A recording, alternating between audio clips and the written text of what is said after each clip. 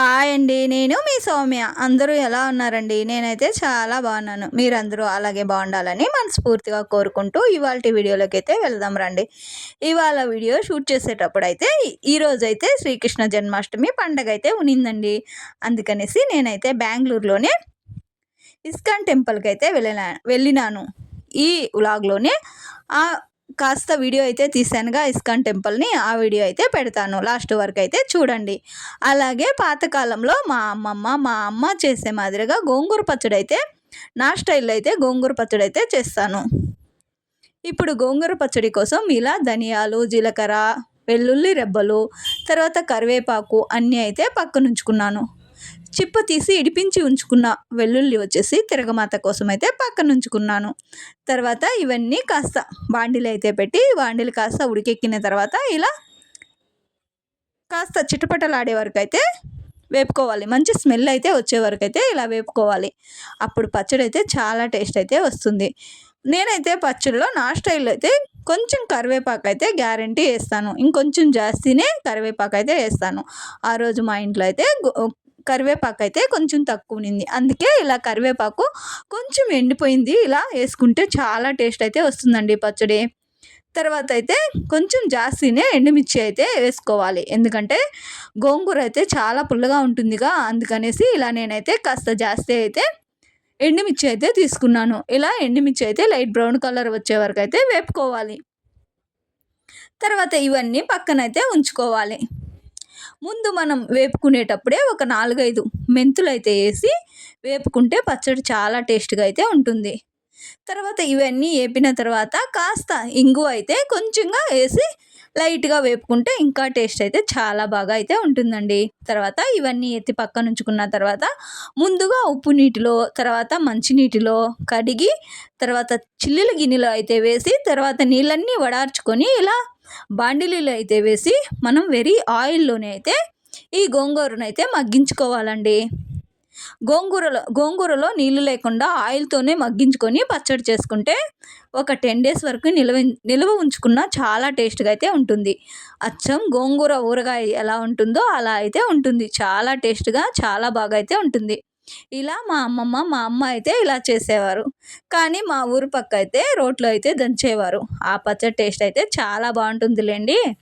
కానీ ఇక్కడ మనకి సిటీలో అయితే రోళ్ళు అయితే చిక్కవుగా దొరకవుగా అందుకనేసి ఇలా నేనైతే మిక్సీ జార్లో అయితే వేసి ఫస్ట్ మనం వేపుకున్న ఈ ఇంగ్రీడియంట్స్ అన్నీ మిక్సీ జార్లో అయితే వేసి తగినంత ఉప్పు అయితే వేసి మెత్తగా అయితే రుబ్బి పక్కన ఉంచుకోవాలి. ఇలా గోంగూర అయితే మగ్గుతూ ఉంటుంది. తర్వాత మనం ఇవన్నీ మిక్సీ జార్లోకి అయితే వేసి రుబ్బుకుందాం రండి. ఇలా మధ్యలో అయితే గోంగూరని చూసుకుంటూ ఉండాలి. లేదంటే అడుగైతే అంటుతుంది. అందుకనేసి కొంచెం ఆయిల్ అయితే కొంచెం జాస్తి వేసుకుంటే చాలా టేస్ట్ అయితే ఉంటుందండి. ఇలా మూత అయితే ఉంచి మగ్గించుకుంటూ ఉన్నాను. ఇలా పచ్చడి చేస్తే మా ఫ్రెండ్స్‌కి అయితే చాలా ఇష్టమండి. సౌమ్య పచ్చడి చాలా బాగుంది అని అయితే చెబుతూ ఉంటారు. ఇవాళ నిజంగా చెప్తున్నానండి. నా ఫ్రెండ్ ఒక అమ్మాయి అయితే నన్ను గోంగూర పచ్చడి చేసి ఇవ్వు సౌమ్య చాన్నాళ్ళయింది తిని అనేసి అడిగింది. అందుకనేసి నేను ఇలా గోంగూర పచ్చడి అయితే నా కోసం అయితే కాదండి. ఎందుకంటే నాకు హెల్త్ ప్రాబ్లమ్స్ అయితే ఉన్నవి. గోంగూర పచ్చడి తినకూడదు అనేసి డాక్టర్ అయితే నాకు చెప్పారు. అందుకనేసి ఇలా నా ఫ్రెండ్ కోసం నేను గోంగూర పచ్చడి అయితే రెడీ చేస్తూ ఉన్నాను. అందుకే నా ఫ్రెండ్ చాన్నాళ్ళు కొంచెం రోజులైతే నిలువ ఉంచుకుంటుందిగా అందుకని ఇలా అయితే చేస్తూ ఉన్నాను. చూసారుగా ఇలా మిక్సీ జార్లోకి అన్నీ తీసుకొని ఇలా ఉప్పు అయితే వేసుకొని మెత్తగా రుబ్బి పక్కన ఉంచుకోవాలి.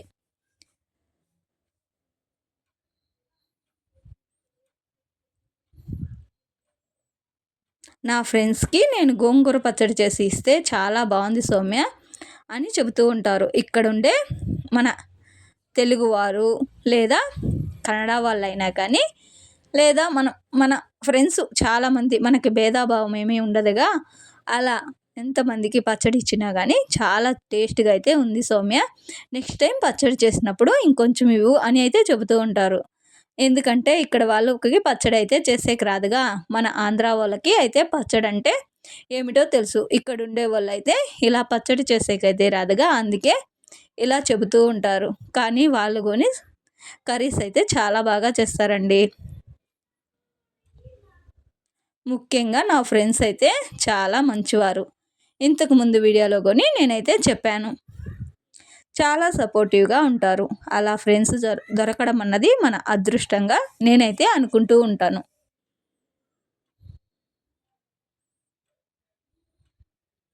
ఇలా గోంగూర పచ్చడికి నీట్గా అయితే ఉడికించుకొని కాస్త చల్లారబెట్టుకోవాలండి. అప్పుడే చాన్నాళ్ళు నిల్వ ఉంచుకున్న చాలా టేస్ట్గా అయితే ఉంటుంది.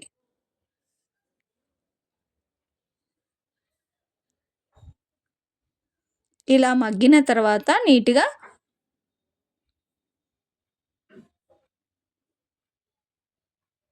చూస్తూ ఉండండి. ఇలా చూడండి, ఇలా పొంగుతుంది పచ్చడి. మధ్య మధ్యలో కలుపుతూ ఉండాలి. పచ్చడి కాదండి, ఈసారి గోంగూర.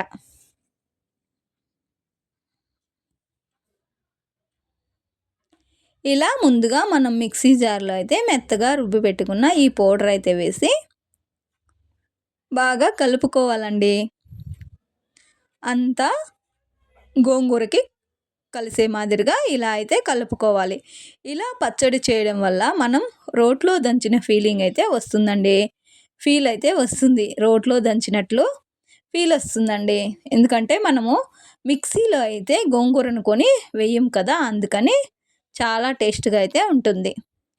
ఇలా ఎవరైనా గోంగూర పచ్చడి చేయాలనుకున్న వాళ్ళు ఇలా అయితే ట్రై చేసి చూడండి.